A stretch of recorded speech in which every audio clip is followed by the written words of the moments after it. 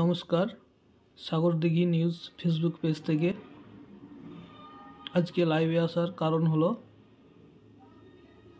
সামনে লোকসভা ভোট।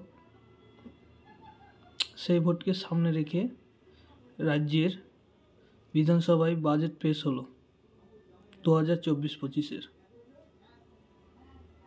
আজকের বাজেটের বিশেষত্ব ছিল লক্ষ্মী ভাণ্ডার ও সিভিক ভলেন্টিয়ারদের মাসিক 1000 টাকা বৃদ্ধি ও পরিযায়ী শ্রমিকদের স্বাস্থ্যসাথী কার্ডের আওতায় আনা। এছাড়াও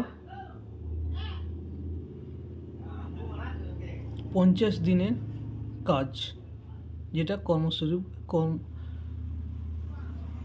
কর্মশ্রী প্রকল্প নামে পরিচিত হবে। লক্ষ্মী ভাণ্ডার যেখানে 500 টাকা থেকে 1000 টাকা করা হলো এবং তপশিলি জাতিদের 1000 থেকে 1200 টাকা করা হলো। 3,66,116 কোটি টাকা বরাদ্দ করেছে রাজ্য সরকার 2024-25 অর্থবর্ষের জন্য। নমস্কার।